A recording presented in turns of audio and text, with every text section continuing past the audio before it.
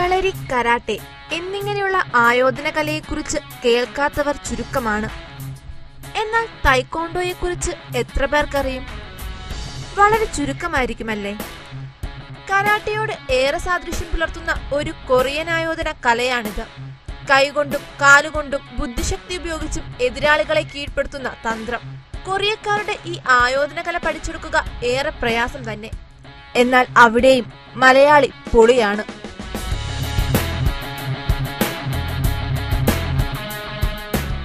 മലയാളി കൈവയ്ക്കാത്ത മേഖലയില്ലെന്ന് പണ്ടാരോ പറഞ്ഞതുപോലെ ഈ വിദ്യയിലും ഒരു സാന്നിധ്യമായി മാറിയിരിക്കുകയാണ് കണ്ണൂർക്കാരനായ വേണുഗോപാൽ കൈപ്രത്ത്. കേരളത്തിൽ, പ്രത്യേകിച്ച് ഉത്തര മലബാറിൽ തൈക്കോണ്ടോ പരിശീലന രംഗത്ത് തന്റേതായ വ്യക്തിമുദ്ര പതിപ്പിച്ചിരിക്കുകയാണ് വേണുഗോപാൽ. വളരെ ചെറുപ്പത്തിൽ തന്നെ ആയോധന കലകളോട് അഭിനിവേശം. 1984 തലശ്ശേരി പൊന്നം MKG കളരി സംഘത്തിൽ ചേർന്ന് കളരി പഠിച്ചുകൊണ്ടാണ് മെയ്വഴക്കത്തിന്റെ ലോകത്തേക്ക് വേണു കടന്നു വന്നത്. തൈക്കോണ്ടോ നമ്മൾ റിസർച്ച് സെന്റർ ഉണ്ട്.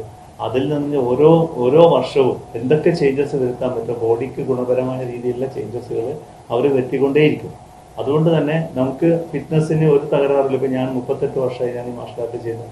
എന്റെ നീ ജോയിന്റിനോ ഹിപ്പ് ജോയിന്റിനോ എന്റെ ബാക്ക് ബോണിനോ ഇതുവരെ ഒരു തകരാറും ഇതുവരെ സംഭവിച്ചിട്ടില്ല.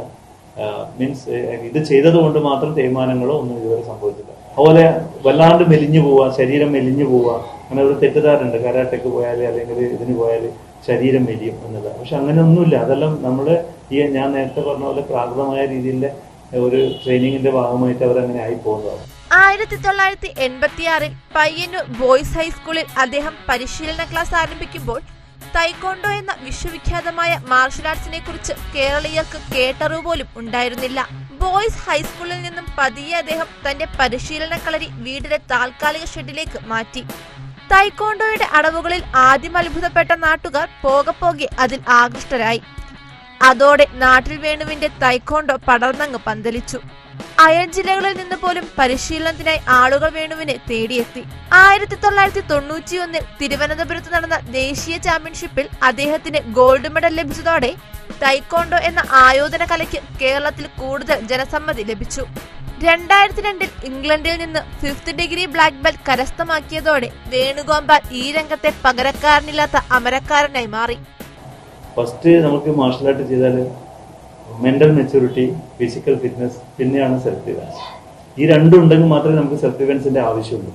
മെന്റൽ മെച്യൂരിറ്റി ഇല്ലാത്തവർക്ക് സെൽഫ് ഡിഫൻസ് ചെയ്യാൻ പറ്റില്ല. ഫിസിക്കൽ ഫിറ്റ്നസ് ഇല്ലാത്തവർക്ക് സെൽഫ് ഡിഫൻസ് ചെയ്യാൻ പറ്റില്ല. അപ്പൊ ഈ രണ്ട് കാര്യങ്ങളാണ് നമ്മൾ മുൻതൂക്കം കൊടുക്കുന്നത്. തേർഡ് വണ്ണാണ് നമ്മൾ സെൽഫ് ഡിഫൻസ്. പലർക്കും അറിയില്ല, അവരെല്ലാവരും പഠിക്കാൻ വേണ്ടി സെൽഫ് ഡിഫൻസ് ആണ്. പക്ഷെ അവർക്ക് ഫിറ്റ്നസ് വേണമെന്നുള്ളൊരു ബോധം ഉണ്ടാകുന്നില്ല. പക്ഷെ ഇവിടെ വന്നു കഴിയുമ്പോഴത്തേക്കും അവർ മനസ്സിലാക്കുകയും ബോഡി ഫിറ്റ്നസ് ഒരു നല്ല രോഗവിമുക്തമായിട്ട് ഒരു ശരീരത്തെയാണ് നമ്മൾ ഇന്ന് വാർത്തെടുത്ത് കൊടുക്കുന്നത്.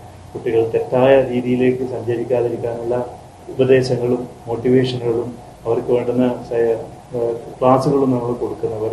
വെറും ഒരു തൈക്കോണ്ടോ ക്ലബ് അല്ല നമ്മൾ ഉദ്ദേശിക്കുന്നത്. കുട്ടികളെ നല്ല രീതിയിൽ വാർത്തെടുക്കാനുള്ളതാണ്.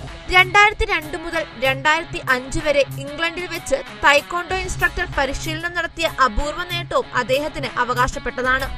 നിലവിൽ KSEBയിൽ അസിസ്റ്റന്റ് എഞ്ചിനീയറായി റിട്ടയർ ചെയ്ത അദ്ദേഹം NCC, SPC, സ്കൗട്ട്, കുടുംബശ്രീ തുടങ്ങിയ സംഘടനകളിലെ അംഗങ്ങൾക്ക് സൗജന്യ പരിശീലനവും നൽകാറുണ്ട്.